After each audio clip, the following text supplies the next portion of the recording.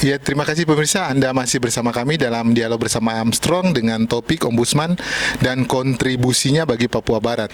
Bapak, kita lanjut. Bapak, di segmen kedua kita fokus ke pelayanan publik di Provinsi Papua Barat. Bapak melihat pelayanan publik di Provinsi Papua Barat ini seperti apa, Bapak? Kita sekarang ini memasuki tahun politik, memasuki persiapan pemilihan.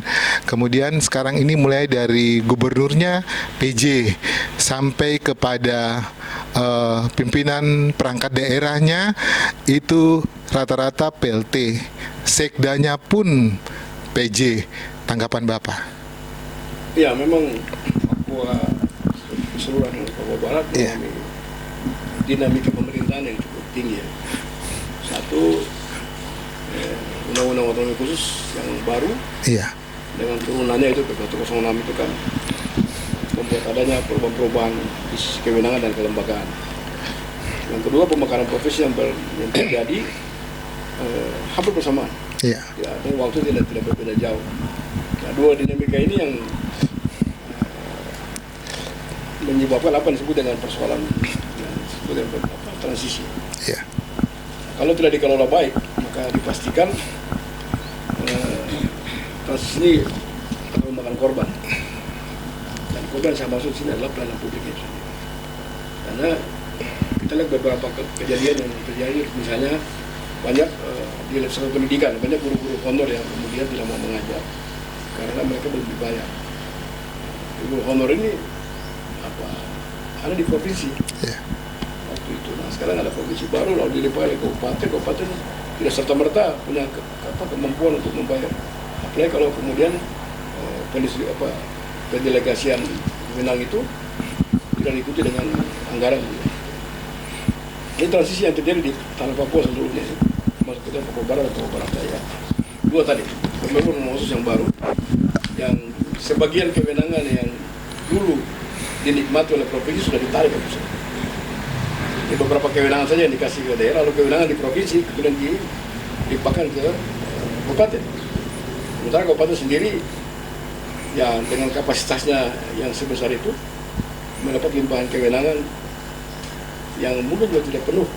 Katakanlah kewenangan diberikan tapi anggaran masih di pusat ke provinsi. Jadi ini lalu masuk ke tahun politik. Nah, tahun ini kan tahun menuju pemilu, masyarakat sudah mulai melihat atau melakukan evaluasi terhadap janji politik yang dibuat oleh para politisi baik yang ada di level eksekutif maupun yang ada di legislatif. Sejauh mana mereka punya kata-kata yang dulu mereka sampaikan dalam kampanye sudah terjadi. Jadi ada semacam, kalau sampai terjadi bias ya, bahwa lain kata, lain kerja gitu. Lalu muncul yang namanya ketidakpercayaan. Public distrust ini, ketidakpercayaan publik ini sangat mempengaruhi jalannya pelayanan publik sendiri. Ketika orang mau melayani bilang, kami tidak percaya Anda lagi. Padahal pelayanan publik akan bisa lebih baik kalau dua pihak ini bekerja dengan baik sama-sama. Karena masyarakat juga harus menyiapkan bagiannya ketika mau dilayani publik, mau dilayani oleh pemerintah, publik juga menyiapkan bagian-bagian yang menjadi kewajibannya. Jadi dalam transisi itu kemudian muncul dinamika dalam birokrasi selaku penyelenggara pelayanan publik yang utama. Ya, kita lihat adanya pejabat kepala daerah yang belum definitif, lalu kemudian di bawahnya ada banyak juga kepemimpinan OPD yang juga mungkin sudah saatnya dievaluasi sehingga sudah menduduki jabatan lebih dari 5 tahun, dan itu membuat munculnya pejabat yang tidak definitif. Nah, ini secara berjenjang itu. Kewenangan karena diberikan terbatas, jadi harus memberi keputusan adalah yang di atasnya. Yang di atas juga terbatas, jadi juga harus ke atasnya lagi. Kalau di level provinsi kan sebenarnya yang mendagri sebenarnya yang maksud gubernur itu adalah menteri dalam negeri. Karena kewenangan ditarik lebih ke atas karena kekosongan jabatan. Nah, dalam negeri menunjuk seseorang atas nama dia untuk memerintah daerah. Jadi untuk hal-hal yang masih bisa diserahkan. Tapi ada hal prinsip yang harus dikonsultasikan. Ini bahasa hukumnya adalah hal yang sifatnya strategis. Bapak, hal-hal yang bersifat strategis seperti pergantian pejabat pimpinan perangkat daerah dan beberapa lainnya itu menjadi dilema di masyarakat, menjadi pro dan kontra di masyarakat dengan muncul berbagai macam tanggapan. PJ seharusnya tidak bisa mengganti kepala kantor, kepala dinas dan lain-lainnya. Itu bagaimana tanggapan Bapak? Kalau yang setahu saya yang bisa dikerjakan coba sebenarnya rotasi kalau mungkin melihat ada ketidakcocokan atau mungkin yang ini lebih berpotensial kalau menangani yang jadi tergantung kebutuhan birokrasi. Pergeseran lah itu ya Pak. Jadi sebenarnya rotasi. Tapi kalau sifatnya mengganti ke yang definitif itu memang ada prosedurnya sendiri dan itu kewenangan sepanjang atas persetujuan Mendagri. Itu pun tidak Mendagri sendiri. Di sana ada BKN, ada Komisi Aparatur Sipil Negara. Ya, ke ASN ya. Karena pejabat itu harus melewati proses lelang, maka memang membutuhkan clearance dari lalu di panitia. Ombudsman selalu mendesak kalau bisa segera sekdanya dari luar. Dan sudah terjadi lagi jalan, kita tinggal awasi, kemudian kita monitoring saja sejauh mana. Supaya kalau sekdanya minimal sekda itu definitif, dia bisa memimpin pergerakan birokrasinya dengan kewenangan yang penuh. Betul. Lalu ini kan pejabat gubernur ini kan sebentar bisa datang dan pergi ya. Kita lihat saya ditanya beberapa teman kenapa kok banyak ke Jakarta, ya karena beberapa urusan yang memang membutuhkan konsultasi dan izin dari menteri. Bapak, itu mau saya tanyakan, tapi nanti sebentar Bapak, kita fokus dulu ke ini Bapak, ke masalah PLT. Bapak, PLT kita yang banyak ini Bapak, ada lagi yang sampaikan begini Bapak, secara aturan PLT itu harusnya menjabat maksimal 6 bulan Bapak, itu dievaluasi atau diganti. Ada beberapa PLT kita yang sudah sampai tahunan, lebih dari 6 bulan lah kasarnya begitu. Tanggapan Bapak, Ombudsman tidak melihat itu sebagai maladministrasi? Sudah berapa kali saya sampaikan juga misalnya contoh pelaksanaan harian. Iya. Saya tidak tahu berapa itu peraturan kepala BKN. PLH itu 2 kali 6 hari. Iya. 2 kali 6 hari, ya harus ada PLT. PLT dia dikasih waktu 2 kali 6 bulan ya. Saya kurang tahu. Iya. Nah, jadi melakukan tugas. Sekarang ada modus lagi jadi PJ. Iya. Jadi kemarin PLT Sekda dan PJ Sekda. Jadi apapun namanya itu semua sifatnya sementara dan menjalankan sampai yang definitifnya dapat. Kita agak terlambat Papua Barat. Sudah tahu ada beberapa pejabat yang pensiun, meninggal dunia, kemudian sakit, sebagainya berhalangan tetap itu. Dan kenapa tidak dari awal sudah Persiapkan. Saya konsisten sekali dalam 1 tahun terakhir ini menyuarakan soal sekretaris daerah. Karena memang ada batas-batas waktu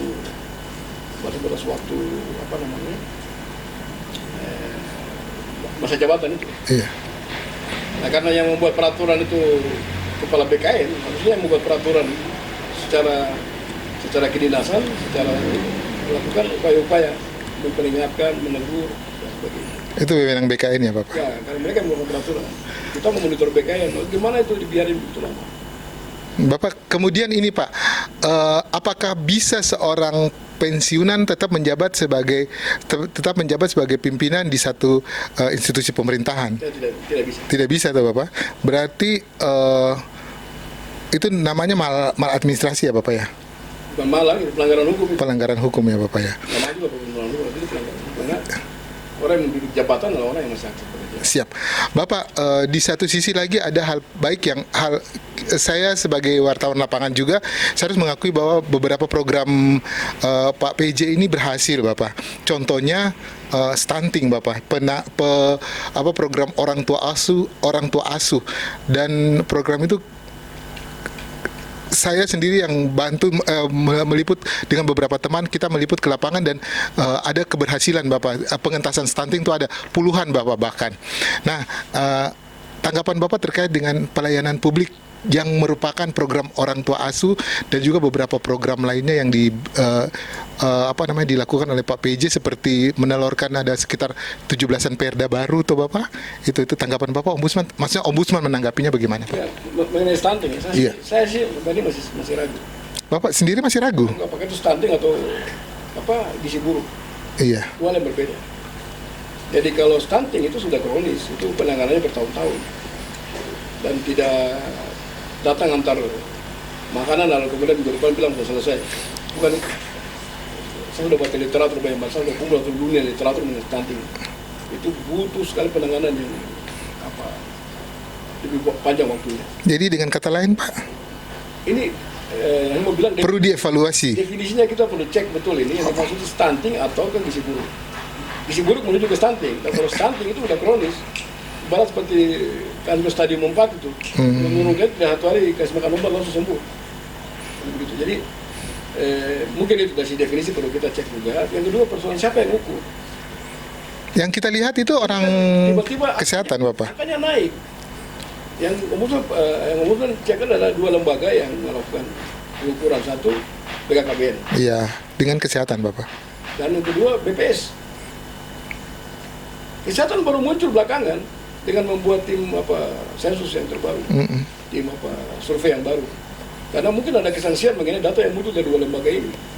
Nah, kalau kita melihat di lapangan, sebenarnya data itu ada dari Posyandu. Posyandu itu lembaga berbasis masyarakat yang ada di tingkat kampung. Dia ada di bawah pemerintahan kampung. Kalau pemerintahan kampung kita naik, berarti ada di bawah camat atau distrik. Dan di atas lagi ada Pemda lewat Badan Pemerintahan Kampung. Dinas Kesehatan itu tidak terlibat di situ. Dia hanya datang memberikan jasa di Posyandu ketika jadwal Posyandu berupa pengukuran, imunisasi dan lain-lain. Tapi yang sebenarnya itu ada di pemerintahan kampung itu. Nah ini lembaga ini tidak pernah mengeluarkan data, tapi kemudian di lembaga lain mengeluarkan data gitu. Nah itu yang perlu dipertanyakan Pak. Kita perlu cek baik-baik. Sehingga klaim-klaim banyaknya lonjakan kasus atau keberhasilan itu perlu dicek kembali ke definisinya. Lalu lembaga mana yang sebenarnya tiap hari ada di masyarakat itu. Jadi Ombudsman masih mempertanyakan hal itu ya Bapak? Nah, karena kita tahu pengalaman COVID ya, itu juga pengalihan isu dari sejumlah persoalan yang dialami oleh banyak negara di dunia ya. Utang, persoalan ekonomi, persoalan politik, semua setelah dan kami sudah memonitor dampak terhadap bayi itu sejak COVID berlangsung. Kita ke beberapa titik, semua posyandu berhenti, semua diarahkan untuk penanganan COVID. Nah kita tahu nanti ada segmen masyarakat yang nanti terkena dampak setelah COVID berlalu. Yaitu stunting ini. Nah, kita sudah tahu, kita cek ke Bintuni, kita cek ke Sulawesi Selatan, semua berhenti posyandu. Nah, kan bayi dia tumbuh sambil jalan, anak-anak sambil jalan, setiap satu harus diisi oleh nutrisi yang cukup. Dan kalau putus, nah dipastikan kelompok usia itu akan mulai masalah dan terjadi. Pertama soal gagal ginjal kemarin, Ombudsman yang menanganinya. Dan kita tahu bahwa ternyata terjadi permainan di level farmasi ya. Iya. Dan bagaimana mereka bermain sehingga mereka mencampurkan obat-obat yang obat batuk gitu ya. Lalu sekarang stunting ini.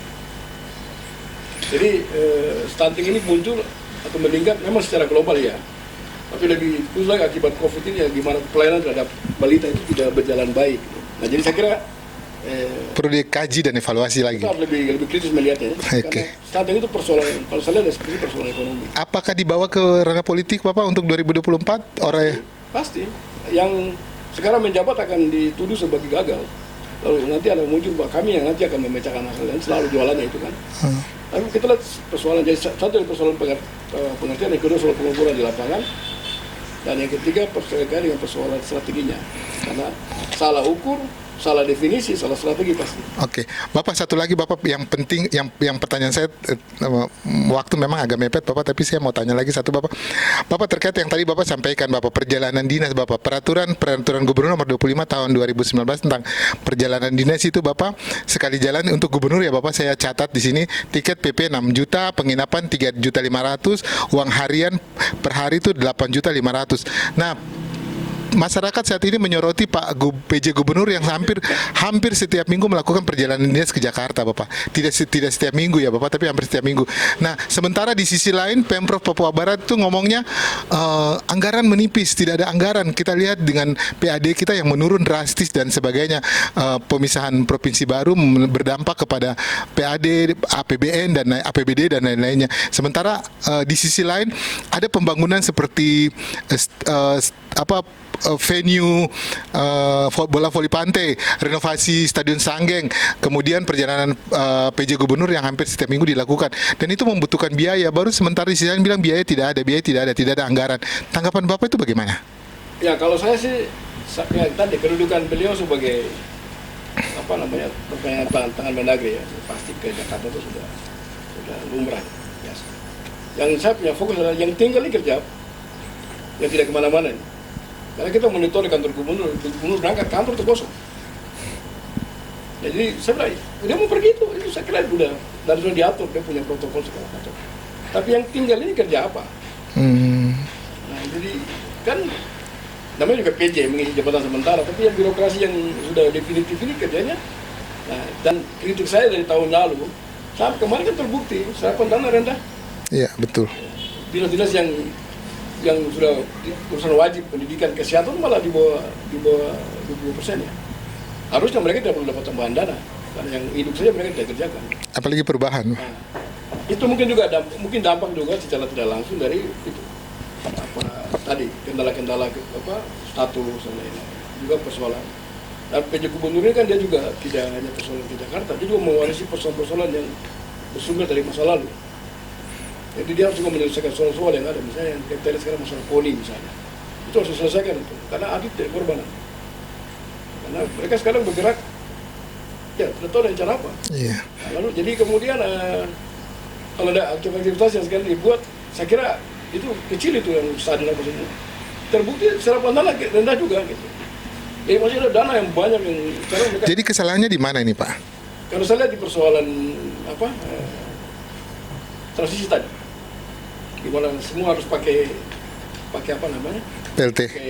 Konsultasi ke atas. Nah atas ini kan dia tidak lain kita saja kan, lain satu republik ini. Nah, jadi kecepatan, namanya kecepatan. Tapi saya kira dengan potret terakhir itu mereka mulai bergerak ya, ada berapa kegiatan yang harus jalan di dalam. Ya kita ingatkan 5 triliun misalnya perubahan itu, apa dalam 3 bulan lebih bisa selesai. Ya. Jadi diduga akan ada silpa.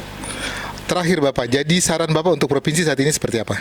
Ya, pendek saja Bapak. Satu, kita belum masih birokrasi. Iya.